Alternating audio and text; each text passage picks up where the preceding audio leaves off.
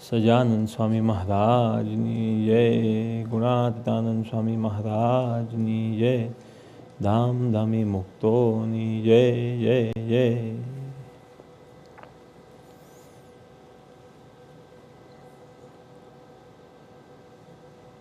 I came to America for third time in 1995. तीसरी बार America में 1995 में आए थे और वो एक परमानेंट मूव था। अमेरिका में ही आगे पढ़ाई करने का प्लान किया था और दिनकर अंकल के साथ एक ऐसी लगनी लग गई थी, लेकिन सत्संग की जो सही गरिमा है, जो सही महिमा है, उसका जितना ख्याल था उससे भी बहुत बहुत ज़्यादा है और हमेशा उससे भी ज़्यादा रहेगा, ऐसी समझ तब नहीं थी। पर हमको डिस्टिंक्टिवली याद है कि पहली बार दिनकर अंकल के साथ सेवा में वॉकीगन रहने का चांस मिला था। My first night in Waukegan. और वो टाइम पे दो एक्सपीरियंस हुए थे। एक, हम वॉकीगन मंदिर में जब एंट्री लेते हैं तो आगे एक दरवाज़ा है और दरवाज़ा के अंदर एक क्लोजेट है सामने ही, इन अबाउट 2-3-4 फुट के बाद। और क्लोजेट में दिनकर अंकल अपना कोट निकालते हैं और दिनकर अंकल ने अपना कोट निकाला और तब हमने फ्रंट एंट्रेंस से लिया था और शूज़ निकाला। फिर थोड़ा नज़दीक गए तो सुन्नान सुन्नान सुन्नान ऐसी धुन सुनाई दी। तब पहली बार ऐसा लगा कि ऐसा दिनकर अंकल कांस्टेंट धुन करते हैं, ऐसा एक अनुभव हुआ। फिर अंदर महाराज के पास गए और फर्स्ट थिंग फ्राइडे सभा के बाद ऐसी होती है कि जब दिनकर अंकल घर पे आते हैं तो कोट निकालने के बाद सबसे पहले हाथ धो के फिर भगवान स्वामीनारायण को उठाने का वो प्लान करते हैं, क्योंकि it is about 10:30-11 o'clock at night. और मैं दिनकर अंकल के पीछे पीछे गया और दिनकर अंकल महाराज को पढ़ा रहे थे, उनको चद्दर लगा रहे थे।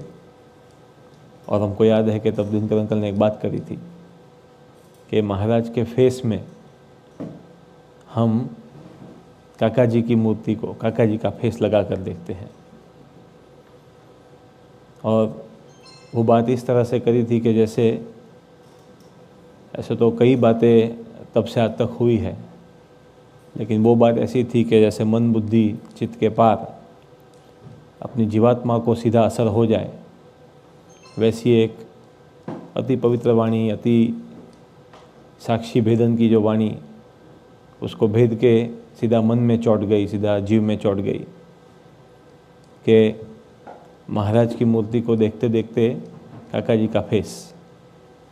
और आज भी जब दिनकर अंकल वहाँ पे दर्शन करते हैं तो मुझे वो बात इदम हो जाती है। पर तब काका जी का जो महिमा था, काका जी की जो बात थी, वैसे उसका एक दर्शन, एक झांकी हुई कि दिनकर अंकल काका जी को किस तरह से देखते हैं कि जैसे महाराज का ही स्वरूप हो, जैसे गुणातीतानंद स्वामी का ही स्वरूप हो, अक्षर पुरुषोत्तम महाराज खुद जिनके अंदर हो, वैसे काका जी थे। स्थूल रूप से काका जी के दर्शन बापू, दिनकर अंकल और भरत भाई, वशी भाई, गुरु जी सबकी स्टाइल से भी होते हैं। और जो सब पुराने हरिभक्त हैं वो सब कहते हैं कि काका जी बिल्कुल ऐसा ही करते थे। और हम ऐसा हमेशा अनुभव करते हैं कि सब लोग ऐसा बताते हैं। पर around 2005-2006 first time in my life, पहली बार हमारे जीवन में काका जी ने सपने में आकर दर्शन दिए, काका जी के रूप में। और तब मुझे ज़्यादा याद नहीं है, लेकिन इतना याद है कि काका जी ने 4 कंठी गुणातीत समाज के कलर वाली, जो एक कंठी के अंदर 2 नहीं बल्कि 4 सर्कल होते हैं, और वो चारों कंठी के अलग अलग कलर थे। एक सर्कल का कलर ऑरेंज था, दूसरे का वाइट था, तीसरे का ब्लू था। ऐसा गुणातीत समाज का जो हमारे कलर हैं वो कलर वाली कंठिया का पहनाया था। सुतना काका जी ने कृपा करके या दिनकर अंकल ने कृपा करके जैसे दर्शन दिए हो ऐसा अनुभव हुआ।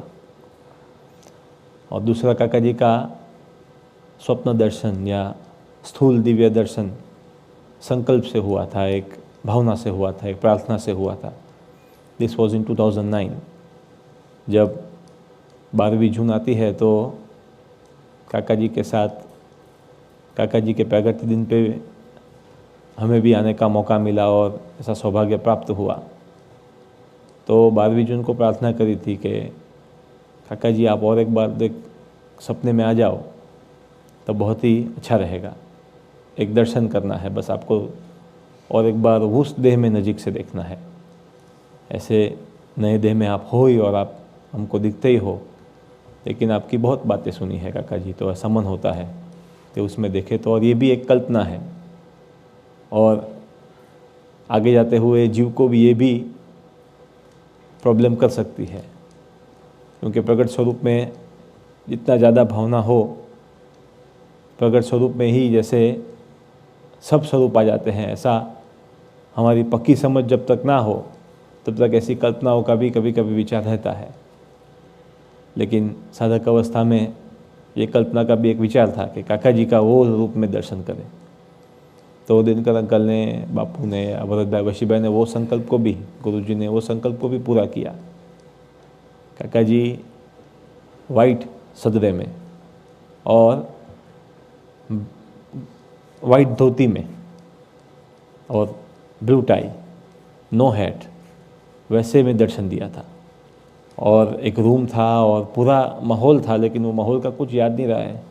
तो उतना याद है उस सपने में से कि काका जी वो खाटले पे बैठे थे, खाटले के ऊपर एक चद्दर थी और गद्दी थी, उस पर एक चद्दर थी, और काका जी ने बोला मेरे हाथ दबा, और मैंने काका जी के हाथ की चंपी करी थी और हाथ दबाए थे सपने में। तो वो ऐसे काका जी का एक दूसरा दर्शन है।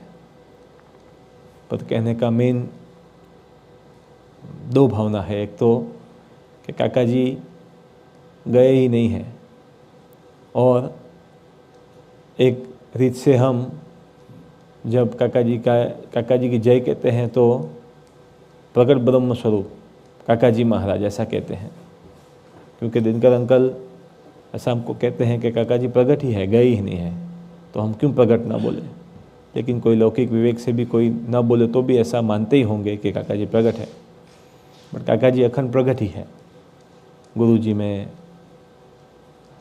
भरत भाई, वशी भाई में, बापू में, दिनकर अंकल में, और साहेब में, स्वामी जी में, हर एक में ऐसा बहुत पावरफुल गुण है जो काका जी ने जैसे सिंचन करके दे दिया हो, और वो हर एक गुण को लेके सब स्वरूप आज दौड़ रहे हैं। काका जी की बहुत बड़ी ग्रेटनेस थी कि काका जी ने सभी में बापा को देखा और सभी को बापा रूप बनाया।